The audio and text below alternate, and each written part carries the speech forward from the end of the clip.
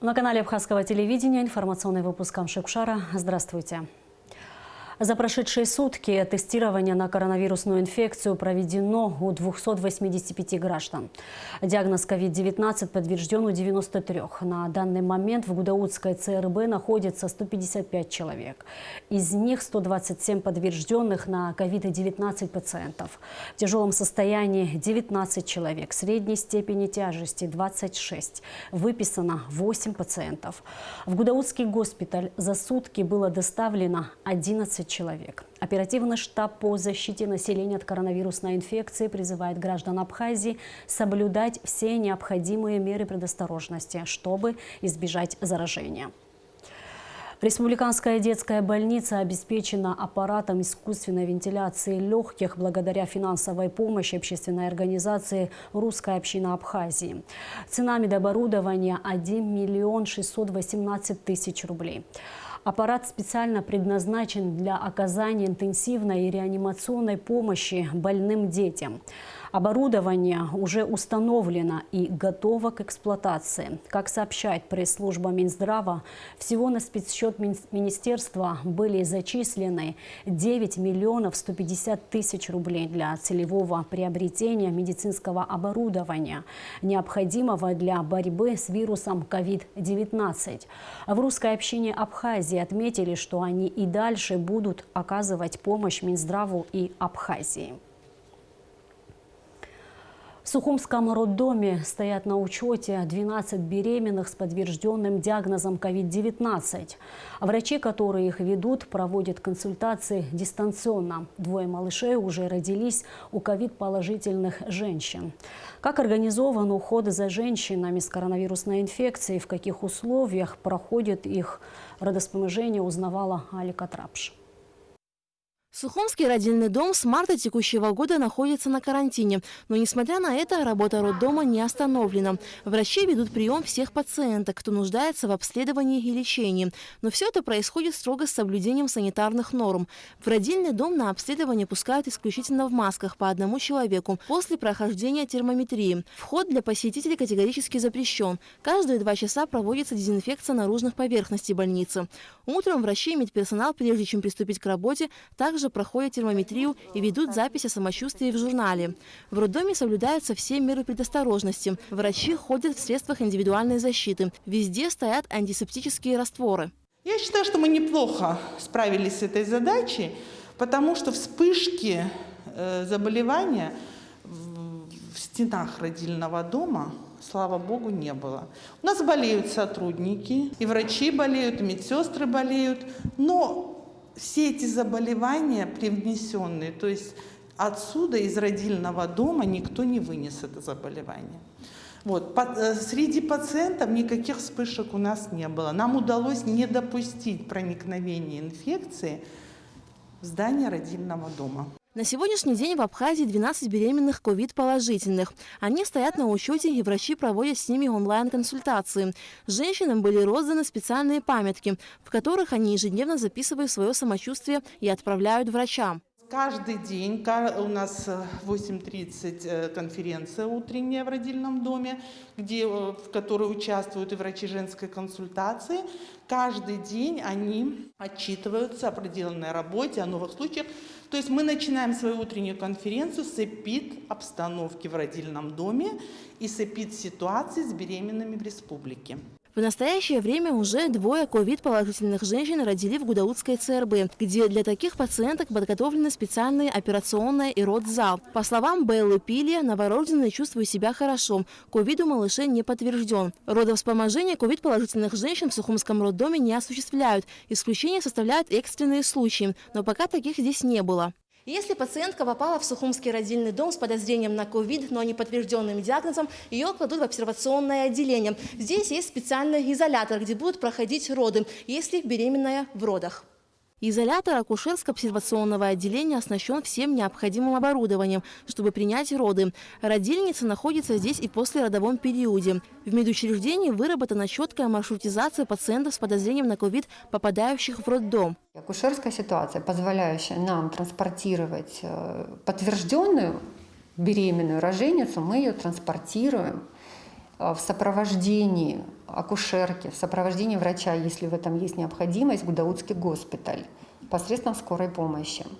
Если беременная просто, которой тоже у нас какие-то подозрения есть, там в ходе сбора анамнеза, термометрия, там гипертермия у нее, такую пациентку мы госпитализируем, если есть в этом необходимость. Госпитализация также осуществляется в изолятор. При поступлении беременной, которая опять же таки подозрительная и требует госпитализации, с ней контактирует доктор. Доктор контактирует, естественно, в соответствующем отделе, в СИЗе, мы называем это.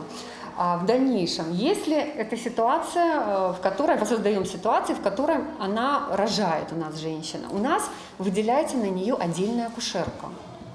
Отдельная акушерка, которая находится постоянно с ней. И один доктор, который с ней контактирует. То есть у нас такого не бывает, чтобы ты пошел в изоляторе, принял роды у подозрительной женщины, потом пошел к другой, которая тоже рожает, потому что такое тоже может быть. Это обсервационное отделение не только же для подозрительных или подтвержденных на ковид. Здесь и другие патологии тоже встречаются, для которых и создано это отделение.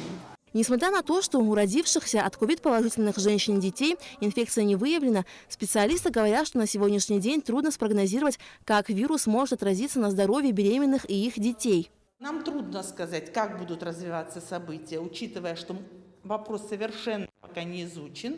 Вот. Но мы считаем просто минимизировать назначение медикаментов беременным, как обычно это делается с беременными, потому что мы боимся единственного тератогенного воздействия медикаментов. Вот этого мы боимся. А во всех остальных случаях, вы знаете, что вот при гриппе тоже совсем нехорошо, чтобы беременная заболела гриппом. Вирусная инфекция, она коварная, она воздействует на органогенез, если это в 7-6 недель беременности. Она может вызвать плацентарную недостаточность, если это в большем сроке, там 18-20 недель опасные сроки. Она может вызвать маловесность плода, если это вот там 28-30 недель и так далее.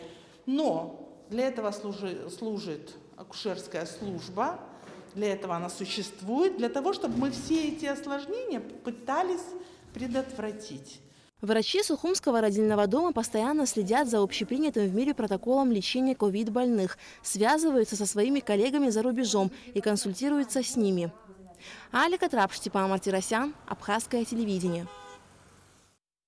С 15 октября в республике ужесточены некоторые ограничительные меры. Так, на объектах общественного питания должны в обязательном порядке соблюдаться предписания санитарно-эпидемиологической службы. Наша съемочная группа побывала в нескольких ресторанах столицы, чтобы узнать, соблюдаются ли в них установленные правила. Смотрите репортаж Шазины Ханагуа. Первый объект, который посетила наша съемочная группа – отель-ресторан «Леон». У входа в заведение, как и положено, стоят антисептики. Посетители рассажены по несколько человек через столик, а обслуживающий персонал в масках и перчатках. По словам управляющей рестораном «Илоны» в Иордане, большинство клиентов относятся с пониманием к мерам предосторожности. Но находятся и те, кто не хочет соблюдать правила. Все, что требуется, мы соблюдаем. У нас дистанция, мы сажаем через стол, то есть соблюдаем все нормы. Маски, если требуют посетители, у нас есть, мы предоставляем маски. Иногда люди, гости наши не понимают нас и просят посадить их за стол, на котором стоит, вот как объяснили мы, резерв. И вот приходится делать замечания и просить их поднять нас тоже. И поэтому вот немножечко бывают с этим проблемы. Излюбленное гостями-горожанами место – ресторан Апац-Ханарта. Здесь, как обычно, немало людей, но, несмотря на это, все рассажены с соблюдением социальной дистанции. По словам сотрудников заведения, рабочий день в ресторане начинается с измерения температуры всего коллектива и дезинфекции помещений и посуды. Мы все меры соблюдаем, носим перчатки, маски. Как положено, со дня ограничения, с 15 числа, у нас много посадочных мест, но сократили посадочные места, столы убрали. Соблюдаем дистанцию между столами и клиентами. Затем мы направились в недавно открывшийся ресторан «Абхазия». Здесь соблюдаются все предписанные санитарные нормы. Столы расставлены на определенной дистанции. Можем смело заверить всех сухумчан и гостей нашего города, что в нашем ресторане соблюдаются все необходимые санитарные нормы. работники ресторана, все в масках и в перчатках. Столики у нас расположены на необходимой дистанции, что позволяет безопасно посещать наш ресторан. Мы прекрасно понимаем, что это необходимо. В кафе «Чегем» ситуация идентична с предыдущими объектами. Здесь также обслуживающий персонал в масках и перчатках. Рассадка клиентов происходит с соблюдением всех предписаний. Вот здесь у нас вот такая штучка, вот наливается, вот тоже антисептик. Таким образом, на объектах общепита, которые мы посетили, соблюдаются предписанные нормы, а значит, риски распространения в них коронавирусной инфекции минимизированы. Хочется верить, что владельцы и посетители других кафе и ресторанов с такой же ответственностью относятся к организации своей работы в условиях действующих ограничительных мер. Шазина Ханаго, Ильдар Дамиров, Абхазское телевидение. Личный состав подразделений городских управлений и районных отделов внутренних дел продолжает профилактические рейдовые мероприятия с целью контроля соблюдения ограничительных мер. Смотрите репортаж пресс-службы МВД. Сотрудники Гудаутского РОВД несут службу в усиленном режиме. Согласно указанию министра внутренних дел Абхазии Дмитрия Двар, сотрудники милиции осуществляют контроль за соблюдением введенных временных мер в условиях пандемии, проводят информационно-профилактические мероприятия по нераспространению коронавирусной инфекции. В Гудаутском районе обязательный масочный режим введен для всех водителей и пассажиров. Также в салонах должна соблюдаться социальная дистанция.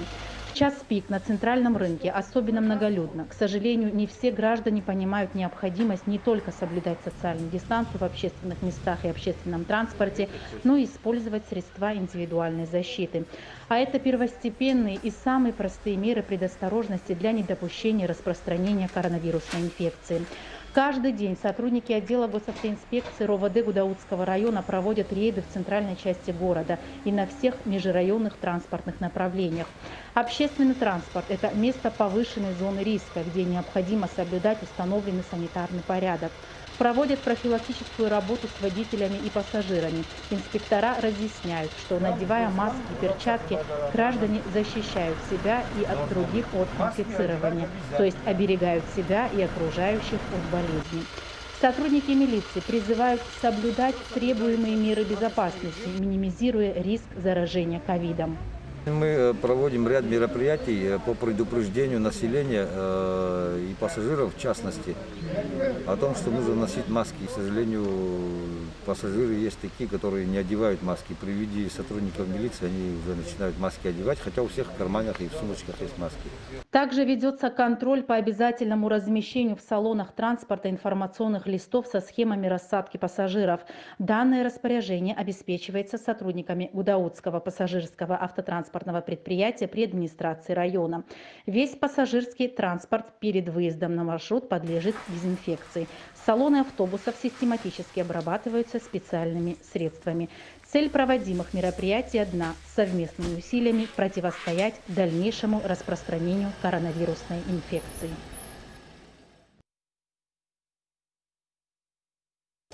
В субботу, 17 октября, в селе Абгарху Гудаутского района состоятся похороны абхазского и российского общественно-политического деятеля, доктора юридических наук, сопредседателя Российского конгресса народов Кавказа, почетного профессора АГУ, кавалера ордена Ахзапша первой степени Тараса Шампа.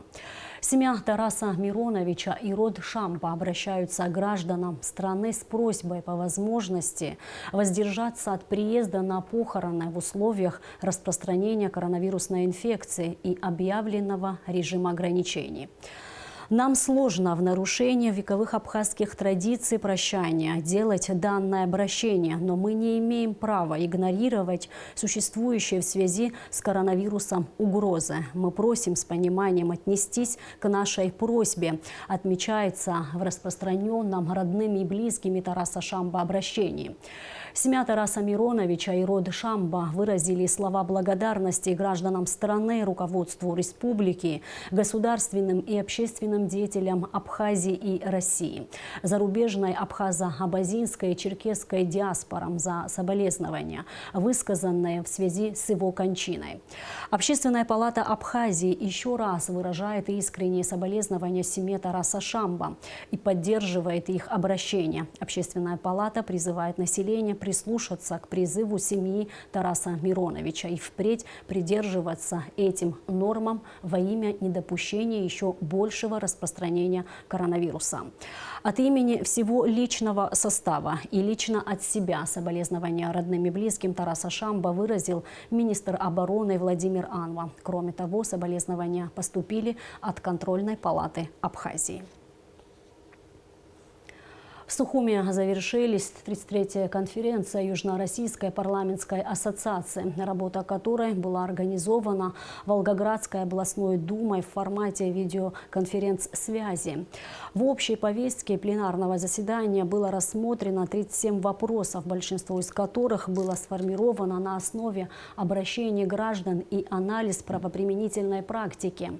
Были рассмотрены различные подходы к решению актуальных задач налоговой, инвестиционной и кредитной политики, в том числе связанной с проблемами, возникшими на фоне пандемии коронавирусной инфекции. Инициативы, поддержанные ассоциацией, будут направлены в адрес законодательных и исполнительных органов государственной власти России.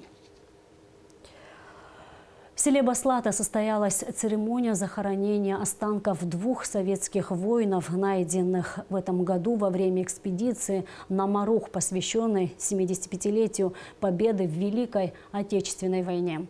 Воины были преданы земле с полагающимися почестями. Прогремел 3-кратный оружейный салют. Репортаж Гугуцы Вардания.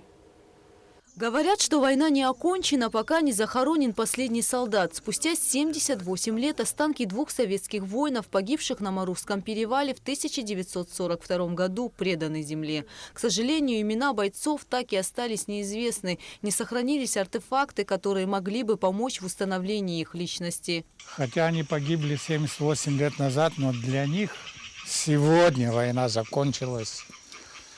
Для них они будут сегодня преданы на той земле, за которой они сложили свою голову. Отдать дань памяти советским воинам на церемонию захоронения пришли вице-президент Бадра Гунба, министр обороны Владимир Ануа, представители посольства России в Абхазии и управления ФСБ России. Останки бойцов Красной Армии предали земле в братской могиле в селе Баслата. Здесь захоронены и другие солдаты, защищавшие Кавказ от фашистов во время Великой Отечественной войны. Ведение боевых действий в сложных географических условиях Кавказа, безусловно, стало для всех советских воинов серьезным вызовом.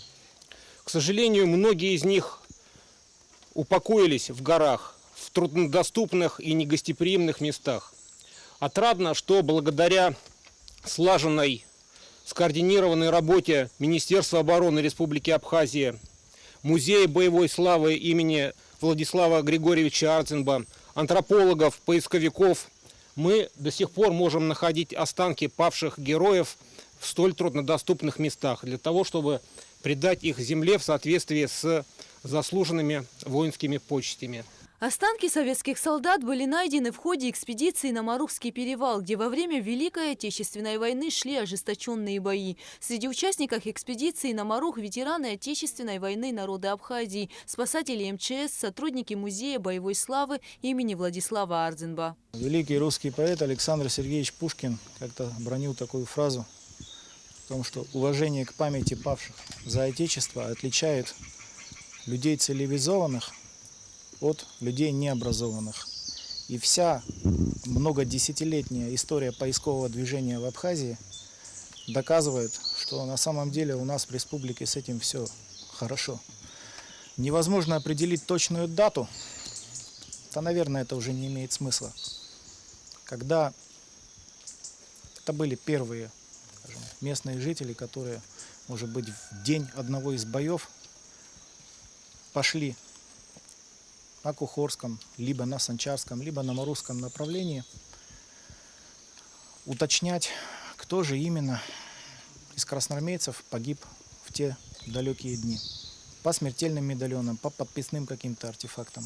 Нам поступила информация о том, что были обнаружены останки, и именно эти останки мы поднялись, решили предать их земле, поскольку достоверно известно, что это останки наших защитников. В нашу экспедиционную группу входили ветераны Отечественной войны народа Абхазии 92-93 года, Руслан Барцец, Андрей Какуля и Светлана Альмишева. Благодаря их опыту и четким действиям мы чувствовали себя в защите, и все наши действия были слажены. По инициативе Музея боевой славы такие экспедиции проводятся часто, и это приносит результаты. В рамках походов удается найти, а иногда опознать останки советских воинов, погибших, защищая Кавказ. Судьба многих из них до сих пор остается неизвестной.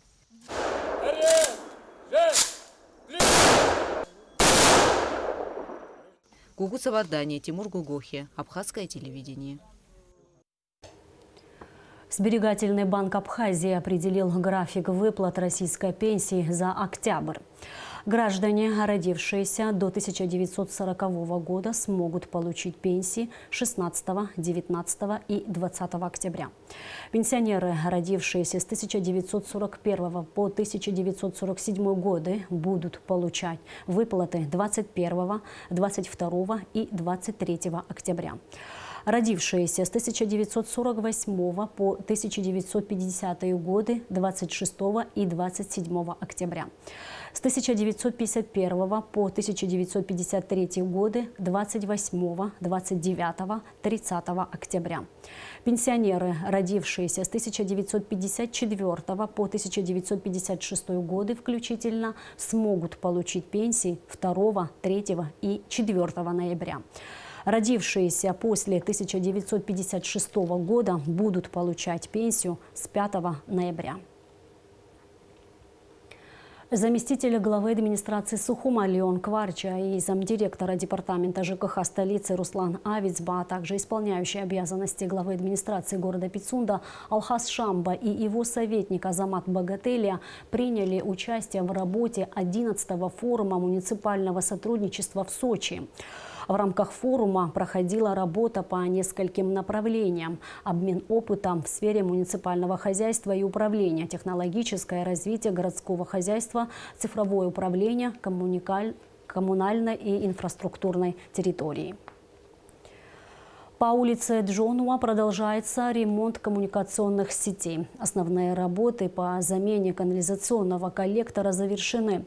Также по улице Лакоба заменено 40 метров водопроводной трубы. С 17 октября улица Лакоба откроется для движения транспорта.